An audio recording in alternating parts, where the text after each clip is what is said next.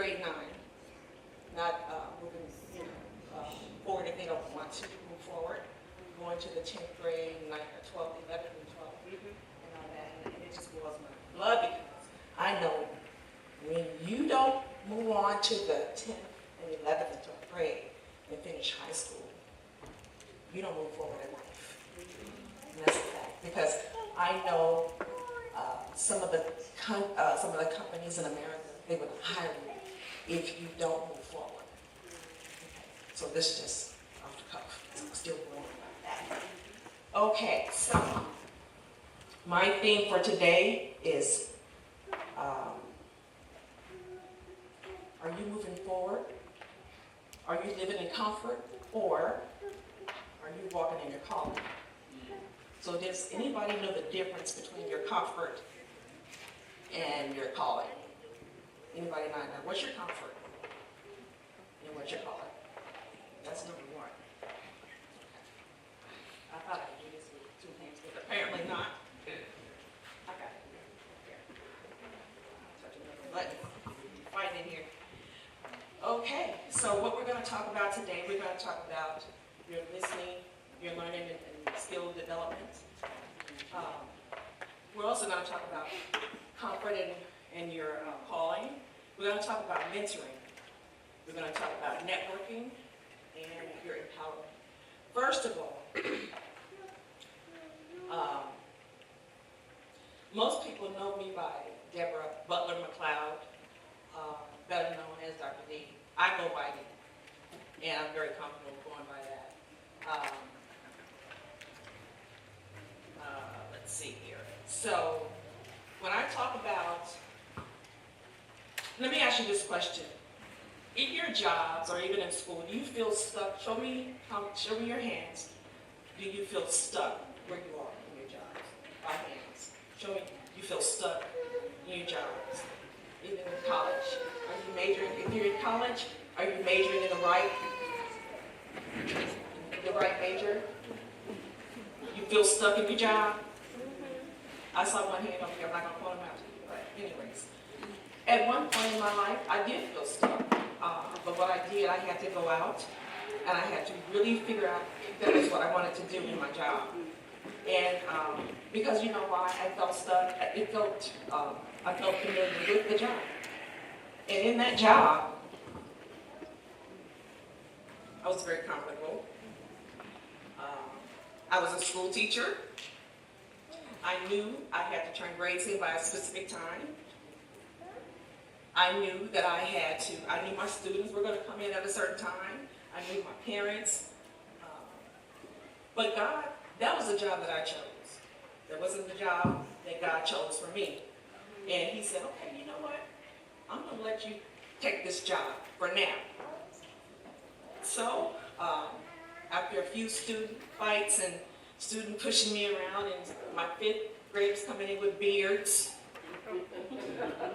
and smelling like they've been working all night and fighting, I had more boys in my class. I had 21 boys in one class and about 13 girls. So our classes were overcrowded, of course. And so I let them fight. I let them go outside the room and fight, not in the classroom. Nobody knew it but me and the students. So, because if you didn't let them fight, it was going to be ugly the whole day. I couldn't teach. So, by the end of the day, I knew that I had not taught anything because I had no classroom management. And so, by my 3rd year, I was pretty much done. And I got tired, and so God said to me, look, I'm going to give you something that you really are good at, and that is, the kids taught me how to manage conflict at some point. And so I said, well, you know, since you have classroom experience, you're familiar with your responsibilities, and you pretty much good at classroom comfort, and you're pretty safe, you feel pretty safe right here. Let me just want to move you over to adults. And so I said, well, okay, I can move over to adults. Went over to the military. You know, when you're working with children, children move around and they're very fidgety. And you know, I'm used to fidgety kids moving around, and I knew they weren't paying attention. So I was used to that.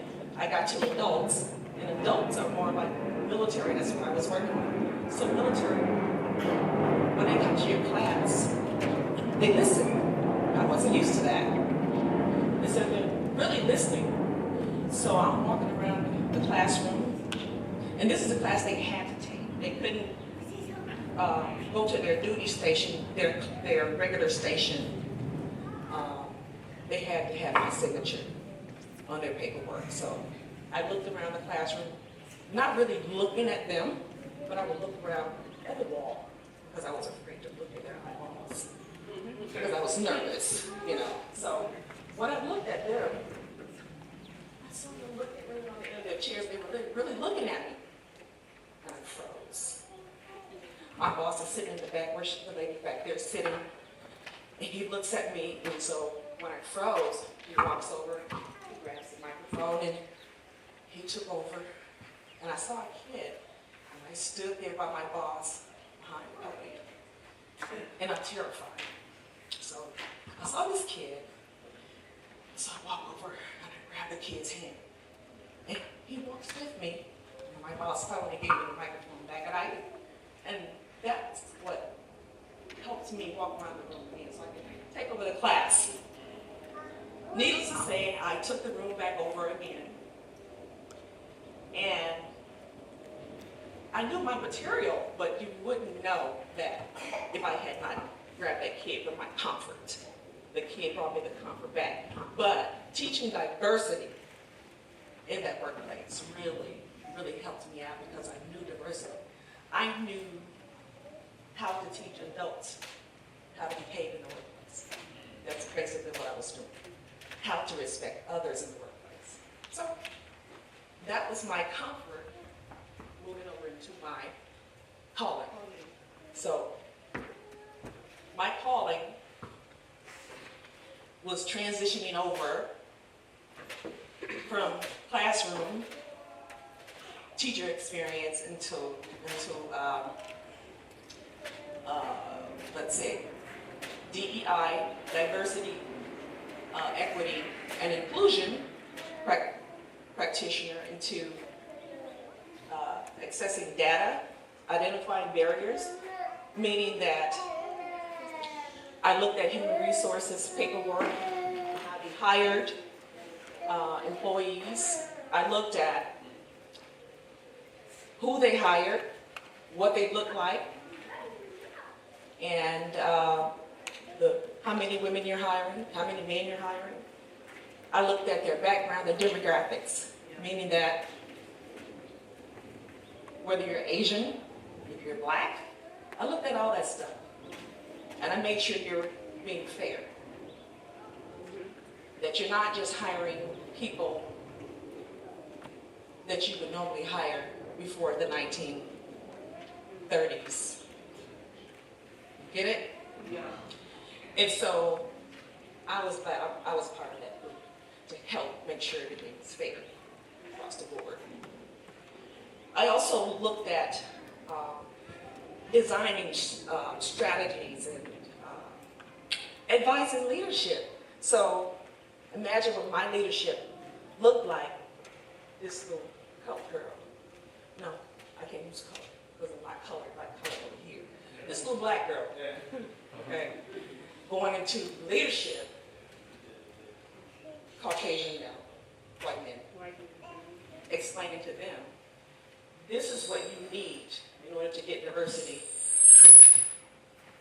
into your workplace. I love doing that. And so this is what we're going to do.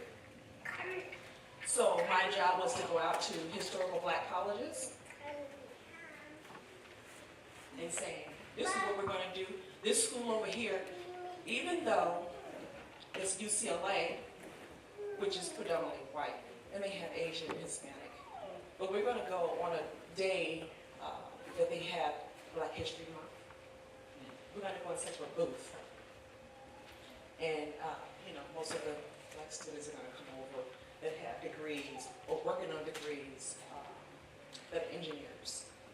We're going to bombard the engineering department where we have, those students over there. So we're going to give everybody a fair chance, even Hispanics and Asians. So that was my job. Okay. So, any questions so far? Comments? On the same board? Okay. We're going to move forward. Okay, so.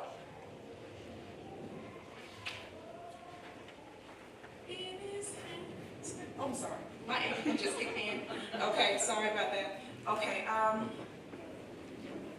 so what's skills from your comfort seasons have prepared you for where you are right now?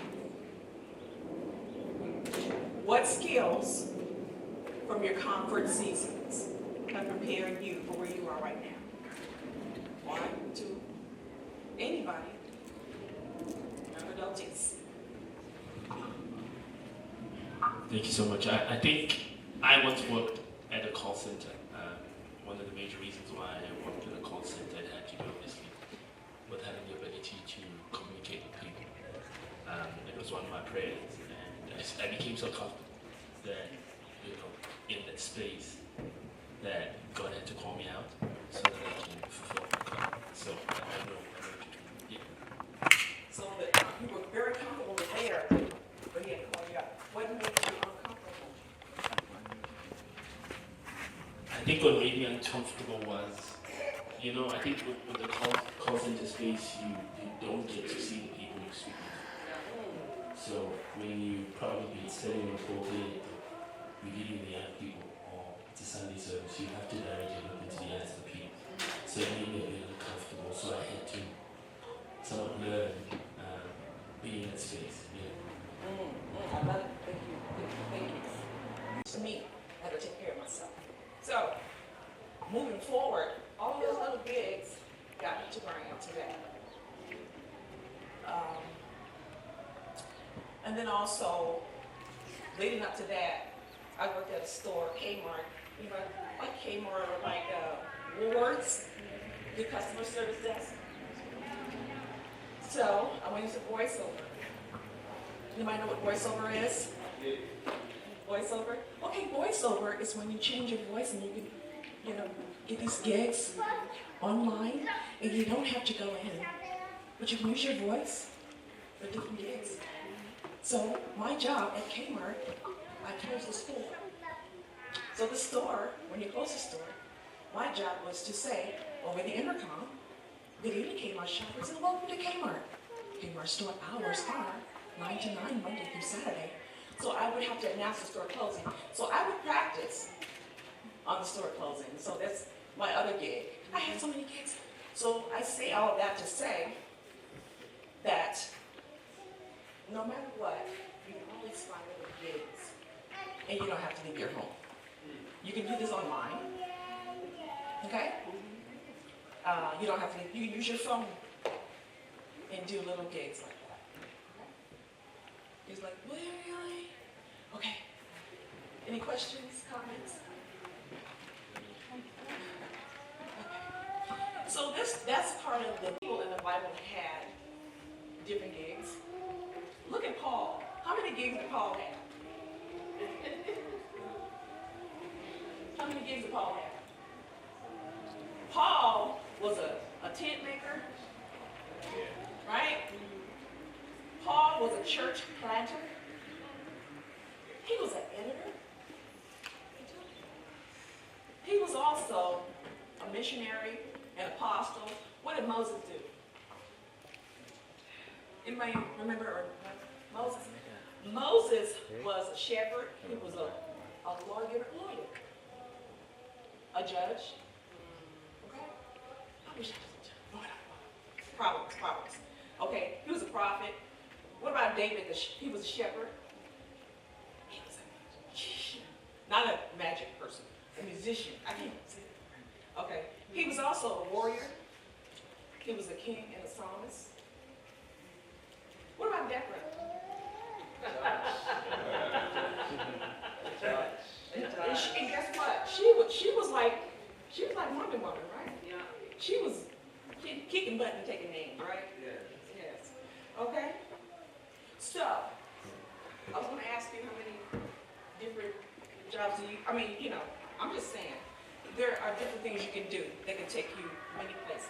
The thing of it is, you don't want to give up. Yeah. You don't want to give up. Because the minute you do, that's the minute you fail. Okay? Okay. Come back and check. Okay? Okay, so do me this favor. Write down in your little booklet there one skill that you want to develop this year. One skill. I'll give you like a minute. I'm counting down. I'm not going to go into that because it's a lot. That's a 30-minute process right there. But the main thing about empowerment, you just got to find your voice when it comes to yourself. Be distinctive and not like anybody else. You don't want to copy anybody else because guess what? It's just like AI. You don't want to be like anybody else. You got to be different because people will know that you've copied. We've seen that before. Okay. Okay. Looks like we are at the end. So here's what we kind of talked about. We talked about learning and skill development. We talked about comfort and calling. So you know your comfort zone, but what is your calling? You know your calling? Go home and sit and ask yourself, well, what is my call? You got to know what your calling is. Okay? I still got some more callings. It's so much in me. This class is actually an 8-hour course. Once they say 8 hour, no, I don't punch it like that. It's a lot to unpack because there's so many different components that I have to unpack. Okay, we talked about mentoring, we talked about networking, a little bit about empowerment. But the main thing I want to leave you with, somebody give me one word about learning and skill development. Give me one word that reminds you of what we talked about in learning and skill development. One word, maybe two. Anybody? Don't let me lock eyes with you. Yes, sir. One word that. Yes. Training. Train. Absolutely. Okay. What about comfort? You can just yell it out. What about comfort? That you can remember. I heard somebody over here. I heard your mind.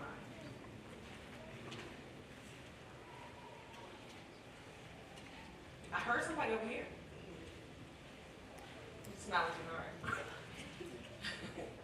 Anybody? Comfort.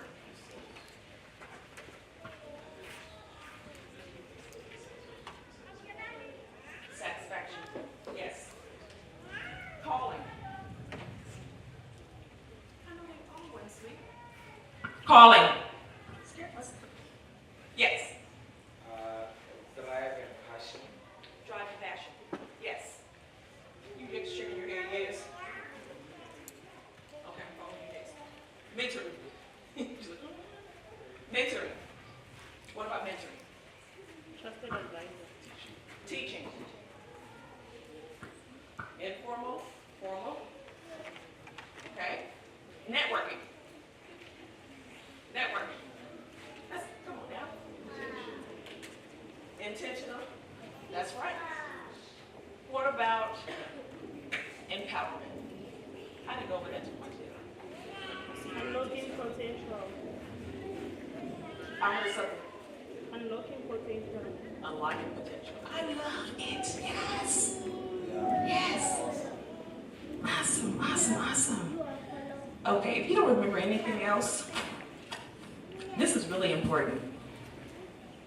Okay? Okay. I'm really going to speak into it. Your comfort zone may protect you, but will never promote you. Your comfort zone may protect you, but will never promote you. Keep that in mind. You sitting there all comfortable, got your shoes off, just comfortable. It's not going to promote you. That is it for me. And I hope you got something from this. If you didn't, I have failed. Thank you for your time.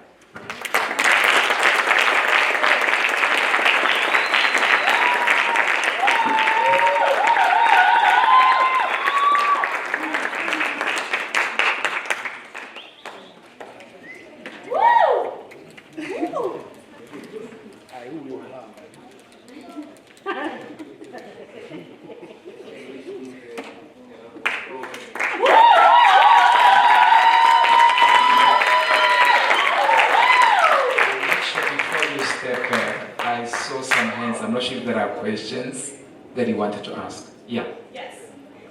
Can somebody drive the mic so that you can. What a question. And I'll get back to you with it. All right. Thank you, Dr. D, for the engagement, the session. And obviously had given us a lot to ponder, to think about. And you mentioned some of the things that I think maybe background-wise we are quite similar in that for me it's in the higher education, but you dealt with obviously school kids and then very much dealing with military aspect of training and very much venturing into then obviously into government and being able to network. You mentioned all obviously the key points. And I think one of the things that, how would you basically advise one from where one is sitting? How would you advise me from where I'm sitting? My comfort has been lecturing, mastered it, back of my mind. You know, sometimes the way you're so comfortable, you can even go to class without a textbook because the knowledge is there. You can just razzmatize everyone with obviously the acumen that you have. But I think one of the things that has been at the back of my mind for a very, very long time is because I see it, because some of the pain challenges in corporate organization, even in the higher education, you get to realize that there are gaps in the sense of managerial training, leadership training. People just don't know how to lead and to be able to reach to a level where one establishes themselves that they are not just limited to lecturing, because you mentioned different camps, different callings that people can then be able to feature into, where one is not just a comfortable lecturer, but I'm able now to venture into the corporate and provide basically training to managing directors, CEOs. It doesn't mean that I have to have that element of experience, of course, but from just a point of data research and being able to observe, how would you advise one to go into that space so that one transitions from comfort but to basically now calling in terms of now dealing with maybe high order aspects of engagement. Okay, so for me, let me see if I can answer that. For me, I look at statistics in an agency or a company.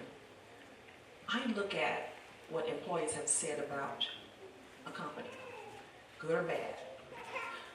I see where they need help with, and I take that information and I see where they need the help. If it's really, really bad, I create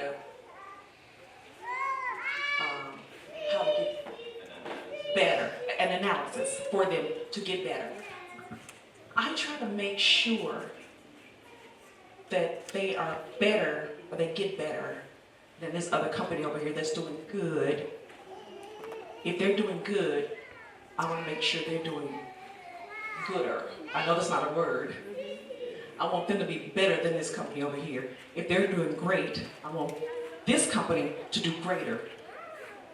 And I want to show this company how they can do greater and attract better talent than this company over here. And still kind of show the diverse type of people that they can attract to this company. That makes sense? It does. Yeah. Yeah. Try to pinpoint problems. Yeah. And then basically analyze or build a model that will basically help the organization to stay. Yeah. I hope that makes sense. Do Yeah. you go as a company or you go as a consultant? Consultant. That's what we make your money. It's all about you. Yes.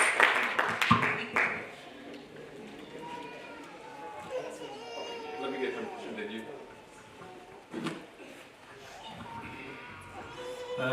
Greetings, Doctor. Thank you for the talk. Actually, when you asked what was one of the skills that we want to improve, my skill was networking. I wrote it down, but thank you for speaking about it. Yes. And as you were speaking, I got answered in some of the questions I had. Mainly, sometimes you don't want to be a hobo a hobo is a street beggar. So you don't want to seem like you are a nuisance to people. Right. But at the same time, you have that conflict that if you don't speak to doctor now, it's a missed opportunity. You know, so I was sitting here quiet. I was like, hey, let me just reserve my comments, but this is an opportunity to network, to also impose some of the questions. I remember last week I saw a guy driving a nice car, and I was like, hey, I would wonder, I want to know what this guy does for a living, you know, but I just stopped myself because, yeah, it seems somehow the environment doesn't allow. He's in a car, I'm walking. So when do we take those windows of opportunity to network and to make I mean, you're from the States, you know, it's one in a million. It's you can't even describe it, this opportunity that we have, people from the township. But how should we be comfortable into networking, comfortable into, you know, making the world smaller? You mentioned that those big people, the mentors, they like it, but sometimes we can be a bit too much for them. You know what? For me, I look at the person, and I totally understand where you're going, where you're coming from. It's a chance that you have to take. I've seen time and time again where people are afraid to approach somebody. I've had people, and I don't know what it is, when people are afraid to approach me. I think I'm the most down-to-earth person. I can sit on the floor in my suits when I would go to work, and I could play jacks or whatever in my shoes. I remember when I was an officer as well. I had a gun and everything. I don't know. Anyways, I practiced shooting my gun in my suits and heels. But the thing of it is, you never know who God will put in front of you for you to approach that person. Ask, say, sir, I see that this is a very nice car. Do you mind if I ask you, what do you do for a living? Because one day, I would like to be whatever. Actually, just like Sage. You get it? You see? So Sage, for an example, is an accounting software company that helps small, medium businesses to help them with their bookkeeping. Can you compete with them based on what you know? Can you combine all of those experiences into one?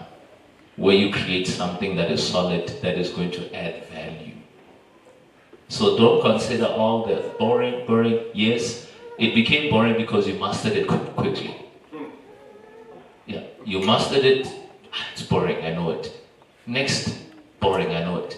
So that's why you have to now look at, okay, all of those experiences, they're not wasted. Just now configure them into one thing. Can you develop something that is concrete? Before you know it, you're proposing to companies, you're proposing a system that helps even chartered accountants, that is helping even companies to actually help them analyze their data better from an IT perspective, and that's where the world actually is going.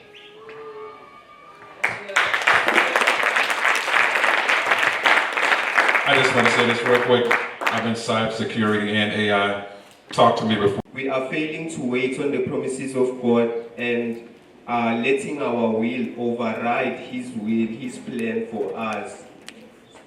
And another thing is that we as brethren, we have to act out of faith, because remember that Abraham was called to leave everything he knew, to go to a land he didn't know.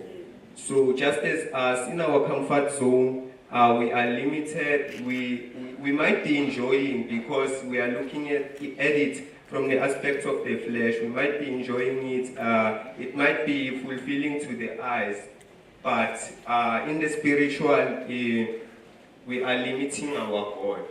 And our God is